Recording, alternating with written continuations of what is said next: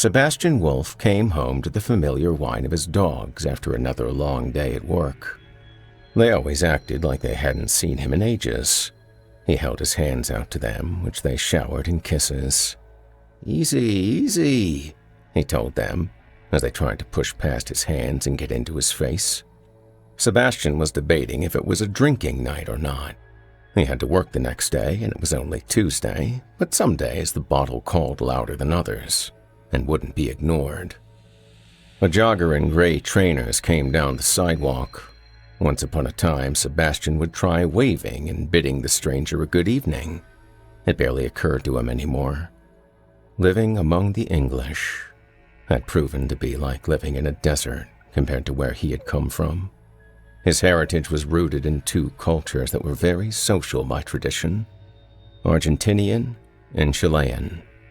A few career decisions and unforeseen life events later, he ended up in Sussex, England, where faces didn't smile, eyes didn't meet, laughter was dry and sarcastic, and the obituaries may as well have been the funnies. This hadn't been easy for Sebastian. Back where he was from, no matter how the day went, you at least had the warmth of family and good neighbors. Sebastian was perpetually alone in Sussex. He was an army of one in the workplace, and he had no one to knock back a drink with at the end of the day. He could tell his dogs anything he wanted to, but,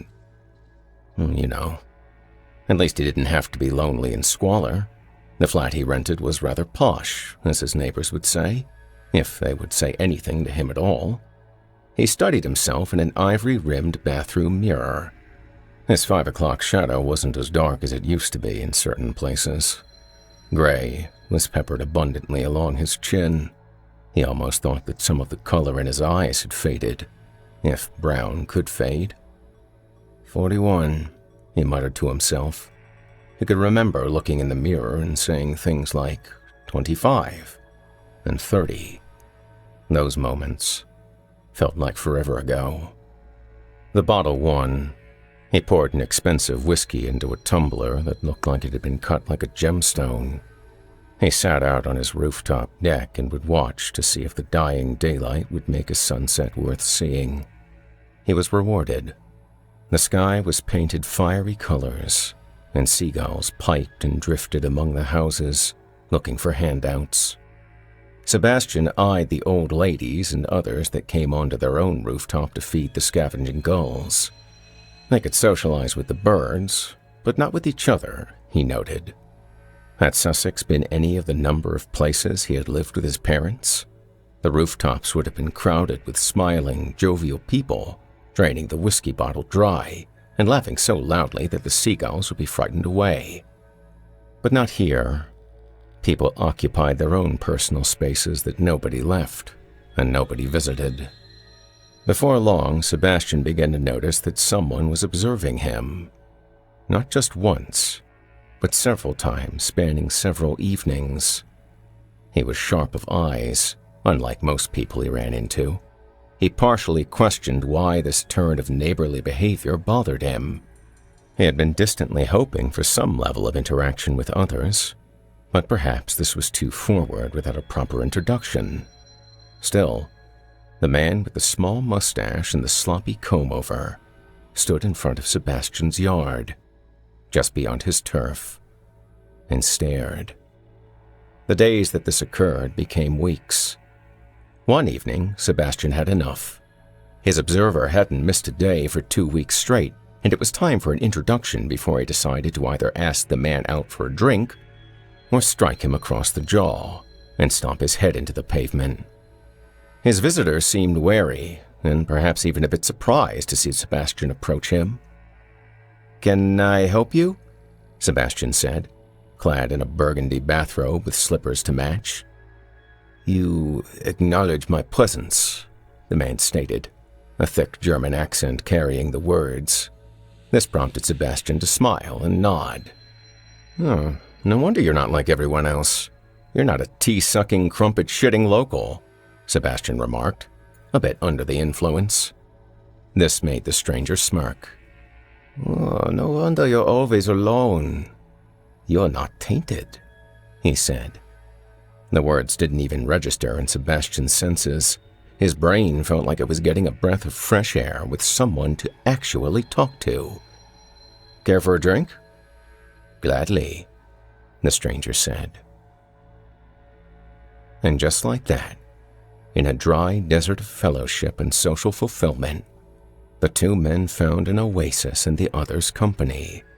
They knew nothing about each other, but they sat back on Sebastian's patio furniture on his rooftop and talked and laughed as the clouds turned pink and the horizon turned gold. As the amber whiskey flowed, both men volunteered more information about themselves. Sebastian spoke of the way he meandered from his homeland to Sussex, where he hated to be but never quite got up the gumption to make concrete plans to leave, and he wasn't sure why. Anton told a very outlandish tale of growing up in an orphanage in Austria, where his classmates exiled him for being the hidden son of Adolf Hitler. He didn't really know if that's who he was. It was just the license that the other kids used to either alienate him or brutalize him. Amidst so many beatings, he would protest, "You're not respectful of my rights," to which his assailants would respond, "We're not Adolf Hitler's son."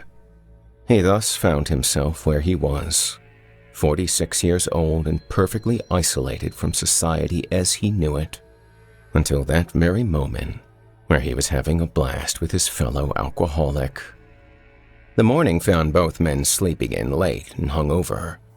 Sebastian could now look at his visitor's face for the first time with focused eyes. It wasn't a far-fetched notion that he was the progeny of the late Führer. If the mustache had been chopped an inch on either side, he would look just like his supposed father. But what were the odds, really? Sebastian made a mediocre breakfast of scrambled eggs, toast, and coffee, and extended the absurd social engagement with the stranger, claiming to be a war criminal's son. "So, what brings the son of Hitler to a gaping vat of anus like Sussex?" Sebastian asked while shoveling eggs into his mouth. "Hiding, mostly. My father was not a likable man, so I do not want to merely waltz back into my homeland announcing who he was. But if I go back home as a stranger, life would be a challenge. So I remain where I am, where my roots run deep enough to keep me alive." Sebastian poured some whiskey in his coffee. He held it up and shook the bottle, raising his eyebrows. "Well, of course," Anton said with flourish. The truth potion filled both men again until Anton got up and stumbled over his leather bag. He drew out a stethoscope, an exceptionally well-made one. He pressed the end of it to Sebastian's chest and smiled as he heard a healthy, steady tick in his chest. "Mr. Wolf, I will show you something that will blow your understanding of the world. Before I do that, I need you to listen to my heart." Sebastian was just a few sips away from cross-eyed status again when he agreed. The world went quiet as the stethoscope plugged his ears. The business end rested against Anton's chest, and his heart announced its presence loud and clear. Anton took the device back and beckoned. "Follow me." The two men bumbled their way onto the sidewalk where the occasional pedestrian wandered by. Anton fearlessly seized the first one he saw, a man of about 60 years of age out for a jog. "My friend, would you be a peach and let me listen to your heartbeat?" Anton said rather mushily. The frowning Englishman looked Anton up and down but didn't see any reason to object. Anton put the diaphragm of the stethoscope against the stranger's chest and smiled. He leered at Sebastian. "Have a listen, no?" he said, holding out the headset. Sebastian fumbled the ear tips until he had them in, and he waited. And waited. And waited. "Anton, I don't hear anything," he said. Anton just smiled. The stranger's eyes rapidly ticked back and forth between the two drunks. "Thank you for your time, sir," Anton said to the jogger, dismissing him. Sebastian was sobering up just enough to think critically. What the hell was that? I didn't hear anything at all. "That's the point," Anton replied rather smugly. Your neighbors behave heartlessly, for that's exactly what they are. Sebastian and Anton slept most of the afternoon and the evening. Sebastian was plagued by strange dreams of being in public, the grocery store, the gas station, the park, all places populated by people that had gaping black voids in their chests. Black holes that were perfect pits of silence and absence, heartless, soulless. They drank tea through their mouths only for the hot liquid to spill out of their chests and eat holes in the floor or dissolve the flowers and grass on the ground. Sebastian was the first one to wake up. It was almost dark outside. He felt like he could sleep another 12 hours. He first made sure his guest was all right. The spitting image of Hitler was snuggling up to a long pillow on the couch and snoring. He was all right. Sebastian looked at him for a long moment. The two men had exchanged many secrets and much personal information, but had been too soggy to absorb all of it. They might as well have been alone and talking to themselves. Be that as it may, Sebastian was happy to have Anton's company. His thoughts were interrupted by the sounds of struggling coming from the front lawn. Sebastian came outside in time to see his dogs ganging up on a stranger holding a crowbar. The dogs had been faster than the stranger, and the blunt weapon fell to the grass harmlessly. The dogs made quick work of the stranger, who bled out onto the turf when his throat was ripped out. Sebastian speechlessly approached the slain body with a steaming hole in its throat. He about wet himself when something the size of a cat wormed its way up from inside the body's chest and emerged through the wound. A squealing, squirming, clawing mockery of life. Something like an overgrown bat crossed with an inbred monkey. One of the dogs seized it and shook it until its neck snapped. The whole pack set to devouring the small monster. Sebastian fainted. "I suppose it's my turn to make breakfast?" Anton said with a smile. Sebastian was lying on the floor as his senses spoke to him one by one. He clutched his pounding head, unable to tell if his plight was due to alcohol or psychological trauma. My dogs, they made doggy kibble out of a foolish trespasser? Yes? Sebastian needed another drink, but didn't have the heart to pour one. Jesus, Anton. Something crawled out of the body and it wasn't natural. We need to call the police. We need to notify someone. They won't come for the dog food. They will come for you. I know their true nature, and so they follow me around. I got tipsy and I showed you their true nature. So, now they follow you around, just as they follow me. Sebastian stared at him for a long moment. Who are you? And what have you just gotten me into? I am the truth, and you are not ready for me yet, Anton said with a chuckle. But no matter. The truth came for your head, and it will do it again now that you're associated with me. Sebastian held up his hands as if that would clear his head up faster. Whoa. Give it to me straight and clear. Why am I suddenly a wanted man by people with no heartbeat and little demons living in their bodies? You'll notice how the English are cold and distant, right? They have no humor, no sympathy. They have no heartbeat. They have no individual mind. I have been studying why for many years and arrived at many dead ends. When I am nearing a breakthrough, they find me and drive me away. He gestured to Sebastian. They must think you are my partner in perceived crime, for they attack you in the same way they attack me all my years, trying to help. This is crazy, Sebastian yelled. This is reality, Anton countered. Perhaps you help me find a cure, find a release for the Englishmen, so they do not give birth to little demon babies. Yeah, sure, Sebastian said, still not sure what he was agreeing to. Now you're hunted, and you must not be out after dark if you can help it," Anton warned. "Now I will need to get back to work. I must return to my home and get my computer and notes. We work quickly together. Please stay here while I get tools."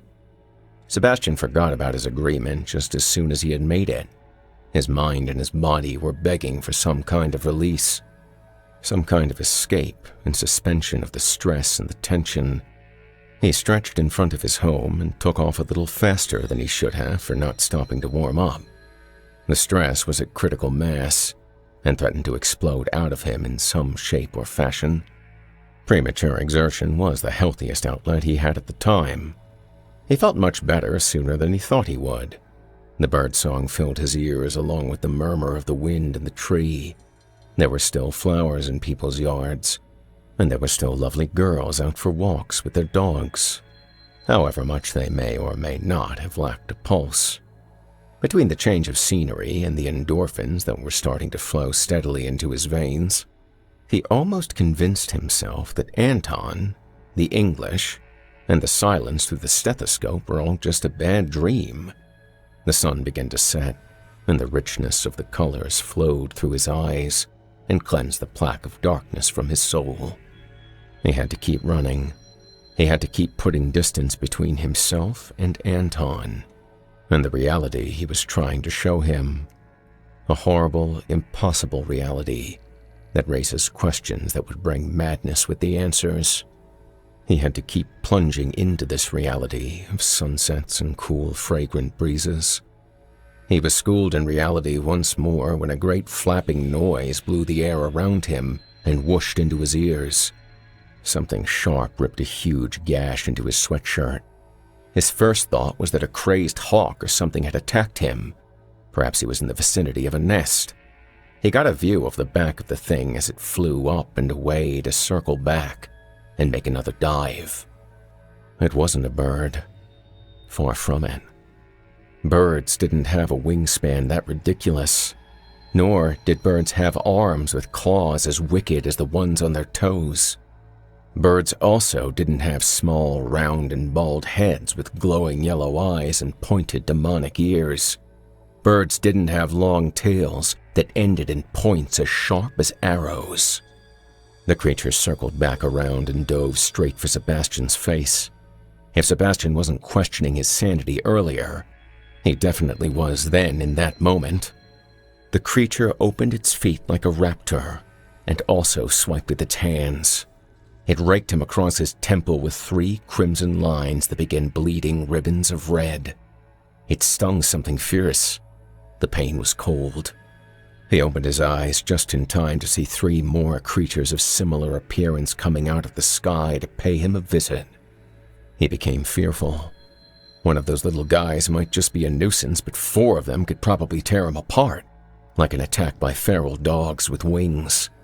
He protected his face by ducking his head down between his elbows and wrapping his hands behind his head, at the price of offering his back to the monsters. It offered little to no protection against every pair of serrated talons that swooped down at him. The claws were cold, and his blood flowed warm. Then a horn honked nearby, and someone yelled at him in German. It was Anton. He had driven out to find Sebastian when he didn't come home before darkness fell. Sebastian feebly held out his hands against the claws and the beating wings and sprang into the open door of Sebastian's truck. "You don't listen very well," Anton chided. Sebastian didn't say anything other than quietly grunted. "Thanks." "So, you've gotten us into a lot of trouble and revealed an important clue at the same time," Anton said. "Very good work, Mr. English hater." Sebastian was too shaken up to say anything good or bad. His world was falling apart. What was he thinking? This wasn't his world. This world, where he was a prisoner against his will? This was someone else's world, and he felt like an unwanted dog that had been staked to the back of the yard and forgotten about. And now, the family that owned the yard was in a rainbow of disarray. It was disconcerting no matter how you sliced it. Then, His heart seized up when he saw two gargoyles, just like the ones that attacked him, sitting on stone pedestals, guarding the gate to a cemetery. They didn't stir. Then they drove by a church, and he saw more there. They kind of stuck out since they weren't quite like anything he could remember seeing in any other architecture. The sight gave him palpitations, but they remained where they were. The two men made it back to Sebastian's place. Sebastian was hitting the bottle. Anton was hitting the books. Sebastian was doing his best to come to terms with what he saw and experienced, and the implications of them. So he was mauled by creatures that were in the background of his everyday life for years. How long had they been watching him? Were they all gargoyles like this? Were they somehow parasitizing the populace like large stone botflies, using living human bodies as incubators? The silence was punctuated by Anton turning pages in his books and keying things into his laptop. He didn't know he had fallen asleep until Anton shook him awake. "Mr. English hater?" Anton said, looking at him from over his glasses like an old man. "I have something I think you will find interesting." Sebastian sat up reluctantly, not wanting to look at anything. "The internet is God's gift to man these days. Minus all the bondage and torture porn, yeah?" Sebastian didn't so much as flinch in response. "I found here a website run by a man who is obsessed with gargoyle sculptures and memorial carvings around the world. Here are complete catalogs and photographs of all sorts of stone beasties.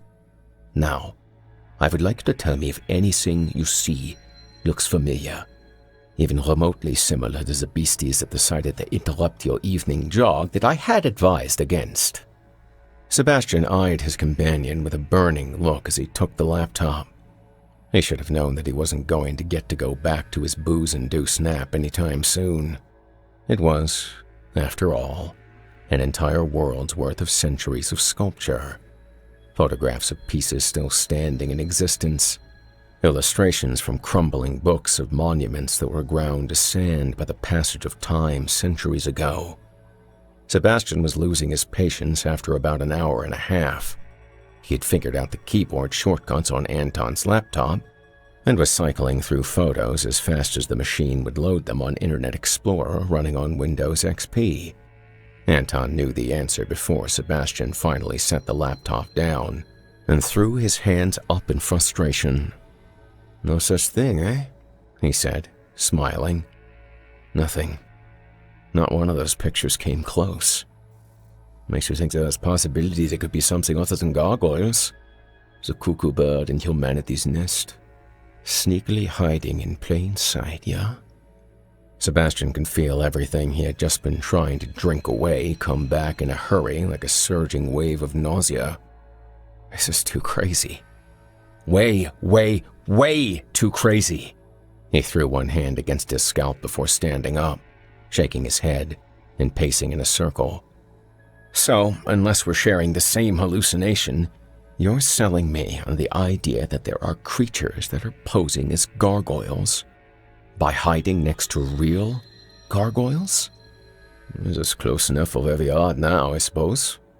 "So, are you planning on seeing if these things can be killed? The way things have gone so far, you're probably going to propose that we liberate all of England and hunt down every pseudo-gargoyle we can find." "I actually wasn't thinking quite along those lines, but you propose an interesting idea," Anton said. No, I didn't actually mean..." "You make a good case. We will need to defend ourselves from the fully grown stone demons, if not from the people all around us. So it would be wise to make sure that these creatures can even be brought down. For all we know, they don't bleed like us. They look like stone. Perhaps their entire biology is stone-based, whereas we are flesh-based. I have a good hunting rifle that we can use to snipe at some of our rock-faced little munchkins, eh?" And so the two men sat in Anton's truck outside the gates to a cemetery they had passed earlier. The gate was black and imposing, The gargoyles that were perched atop the 2 stone pillars were probably black at one point in time, but the elements had flecked them with gray and green. The thing was, these gargoyles were similar to the ones that had ambushed Sebastian, so their disguise was nearly perfect.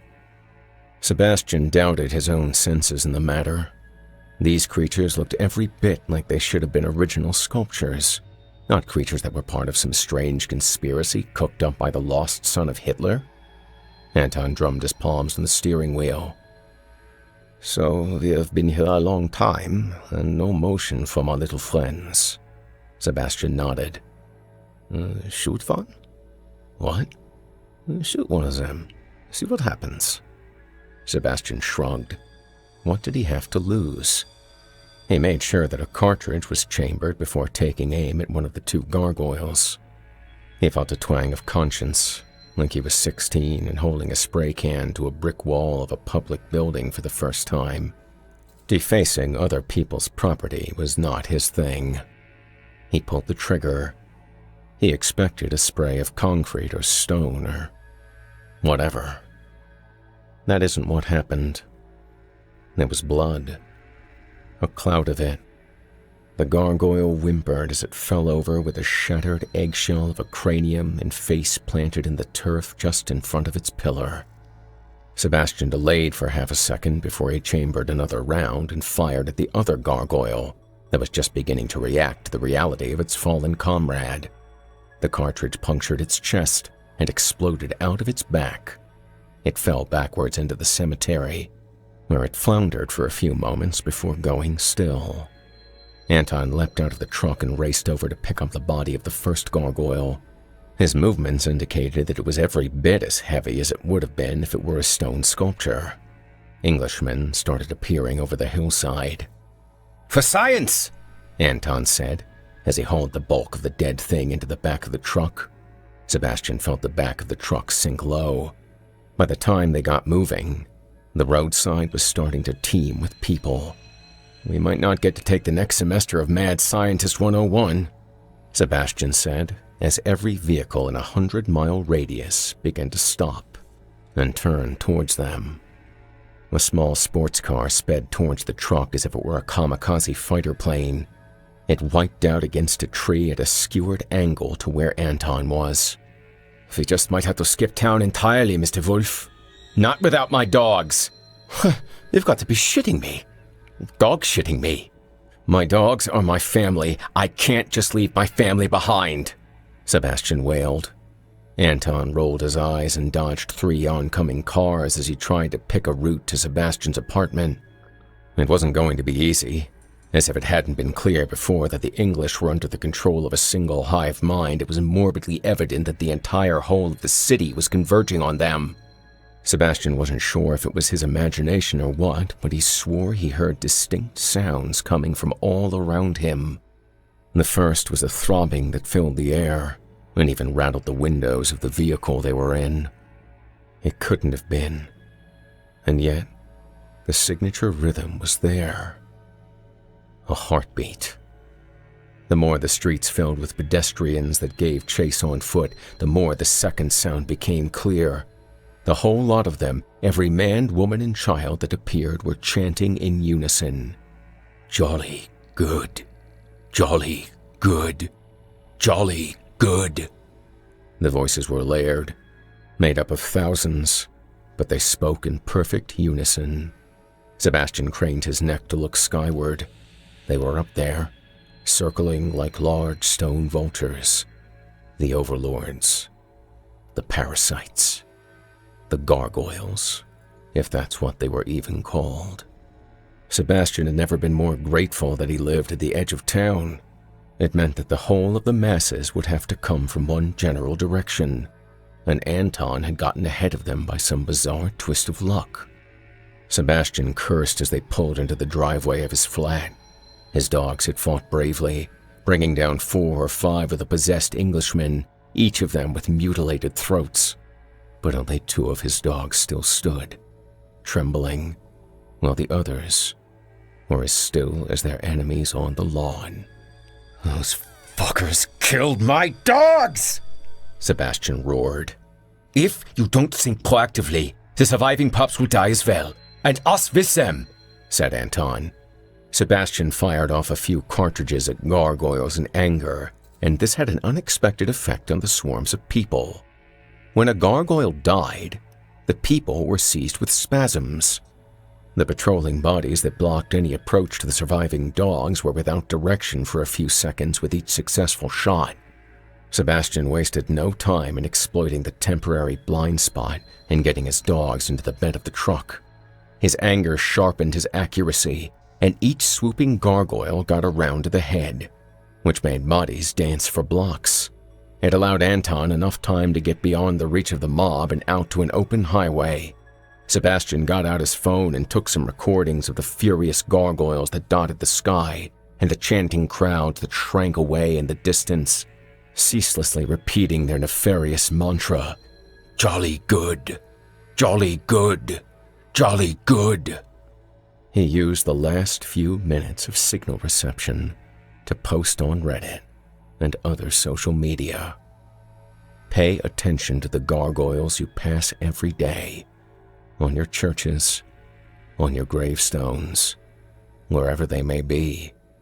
Make sure you can identify them. Place them in some span of architectural history. Otherwise, you may be under their control. There may even be one growing inside of you.